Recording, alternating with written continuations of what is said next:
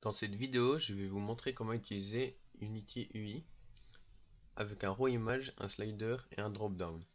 Dans cette vidéo, je vais vous montrer comment utiliser Unity UI avec un raw image, un slider et un drop-down. Pour commencer, créez un canevas. Créez un texte, un slider, puis un drop-down, puis une raw image.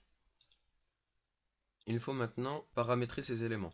Pour le slider, nous allons mettre une value minimum de 0 et une value maximum de 5.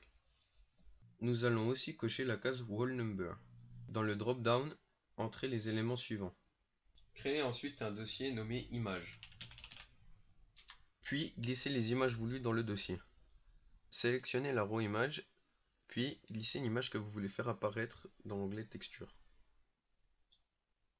Renommez la raw image comme vous le souhaitez. Faites la même chose pour les deux autres images. Après ça, créez un dossier script, puis un nouveau projet C#.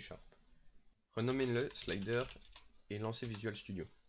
Dans le script, nous avons plusieurs attributs, le textbox, le slider et le canevas. Puis, nous allons rajouter un int iNombre. Cette partie sert à instancier l'attaque, la santé et la défense. Cette partie sert à afficher le nombre du slider. Ce bout de code permet de cacher les deux images au début qui sont non voulues. Après avoir lancé l'application, on peut voir que les deux images ont disparu, que la valeur du slide-on est à 4. Si je change la valeur du slide-on à 1 et que je change ensuite d'objectif, elle repassera à 1.